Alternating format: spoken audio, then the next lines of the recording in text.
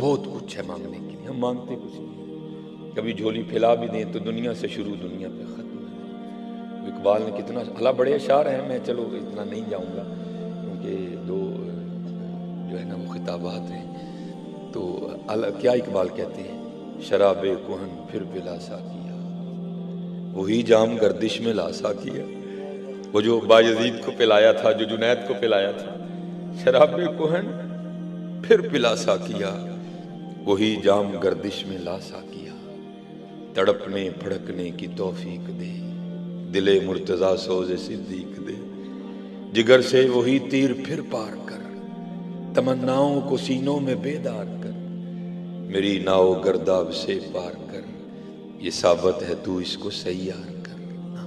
مانگا کرو حضرت، مانگا ہے آج وہ مائل بکرم، اور بھی کچھ مانگا، بس کمی ہے تو ہم میں ہے۔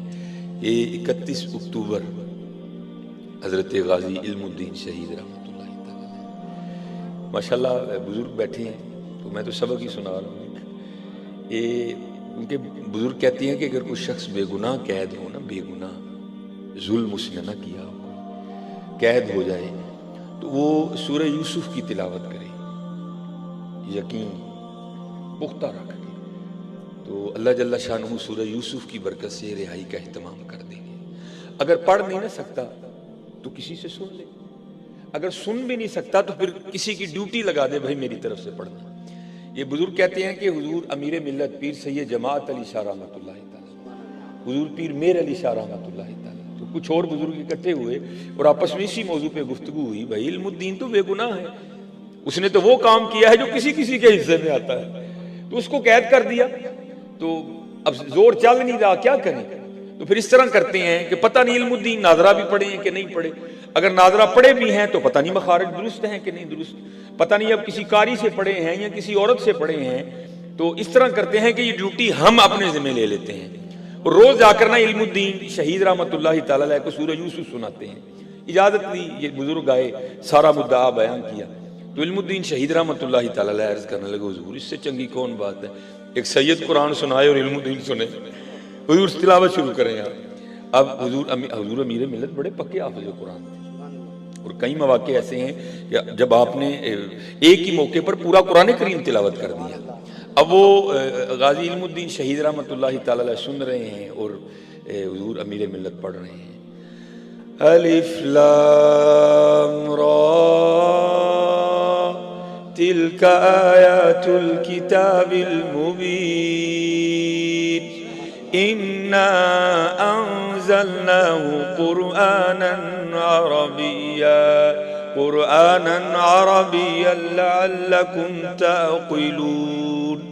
اب حضور امیر ملت پڑھ رہے ہیں، کیف و مستی طاری ہے حضرت، تو کچھ ایسی کیفیت بنی تو تھوڑی سی بے توجہی ہوئی، اور بزرگ کہتے ہیں کہ حضرت نا کیفیت تھی نا حضرت، آپ زبر کو زیر پڑ گئے، تو غازی علم الدین شہید رحمۃ اللہ تعالی نے ہاتھ جوڑ کے عرض کی، حضور آپ سید پاک ہیں، بڑے لوگ ہیں، لیکن پڑھ کلام الہی رہے ہیں، ذرا بے توجہی ہو گئی ہے، توجہ فرمایا، آپ نے زبر کو زیر پڑھ دیا ہے۔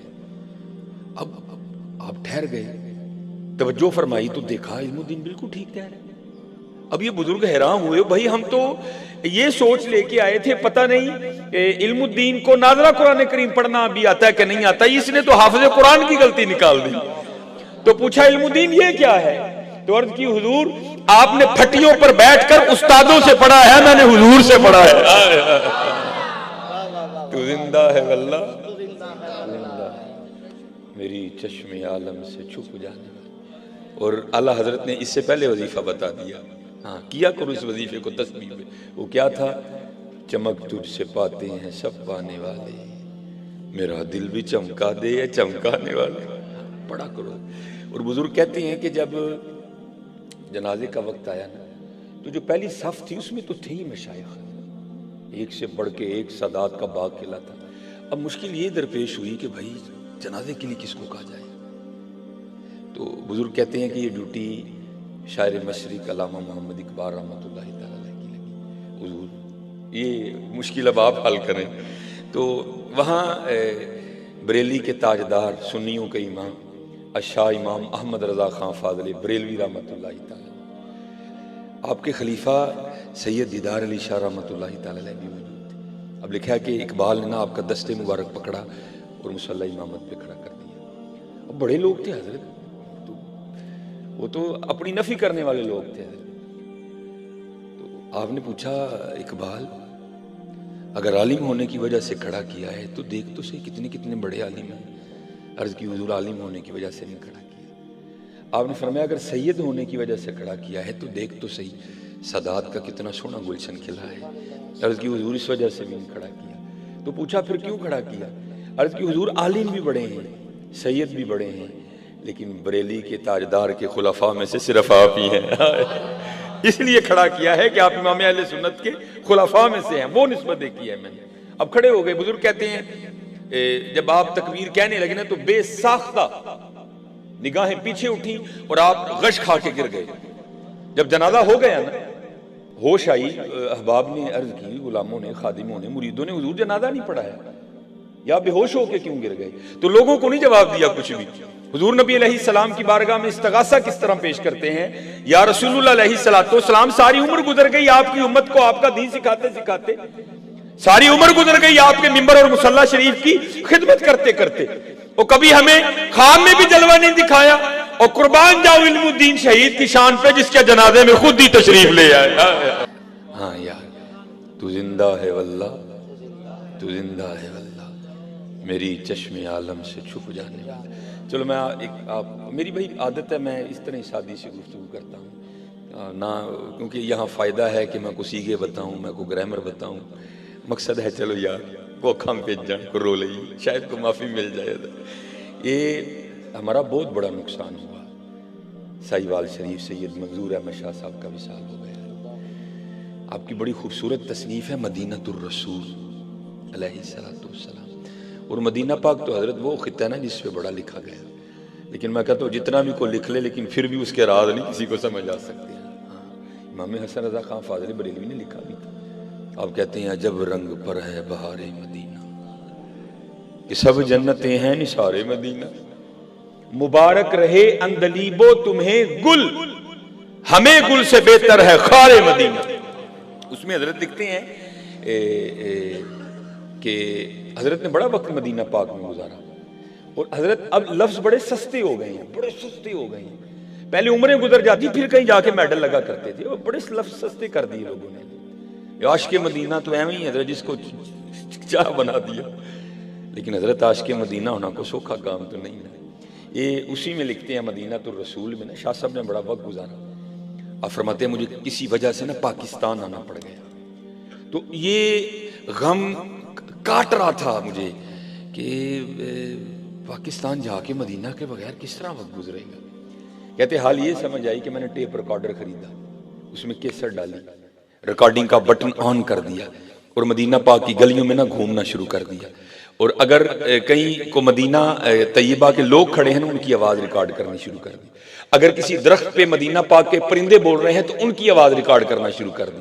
اور نظریہ یہ تھا کہ جب پاکستان جاؤں گا نا تو اگر مدینہ پاک یاد آئے گا تو کیسٹ لگا کے سن لوں گا. تو آپ فرماتے ہیں کہ وہ نا ایک جگہ سے میں گزرا تو وہاں چند بچے کھیل رہے تھے حضرت، چند بچے کھیل رہے تھے فٹ بال.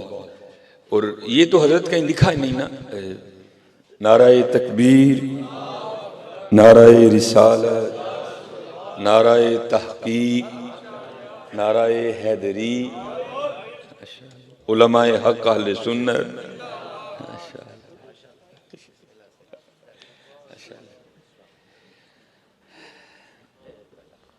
تو یہ تو اب کہیں نہیں نا ہو سکتا کہ فٹ بال اگر کھیلا جائے تو آوازیں بلند نہ ہوں.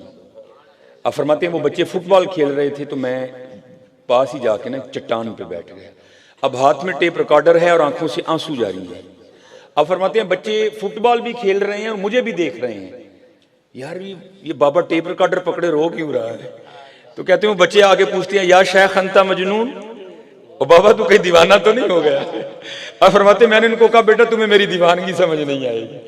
اب ہمارے بڑوں نے تو حضور مدینہ پاک کے کانٹوں سے بھی پیار کیا ہے نا. مبارک رہے اندلیبو تمہیں گل، ہمیں گل سے بہتر ہے خار مدینہ. تو وہ تو پھر شہر رسول اللہ علیہ الصلوۃ والسلام کے بچے تھے.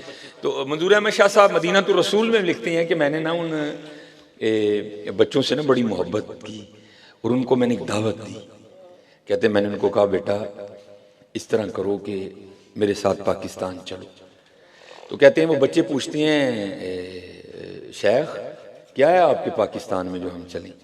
کہتے میں نے کہا بیٹا پاکستان میں نخلستان بڑے ہیں، پاکستان میں دریا بڑے ہیں، نہریں بڑی ہیں، سرسبز و شاداب پہاڑ ہیں. اور سب سے بڑی بات یہ ہے کہ جو پاکستان والے ہیں نا وہ مدینہ پاک والوں سے محبت بڑی کرتے ہیں.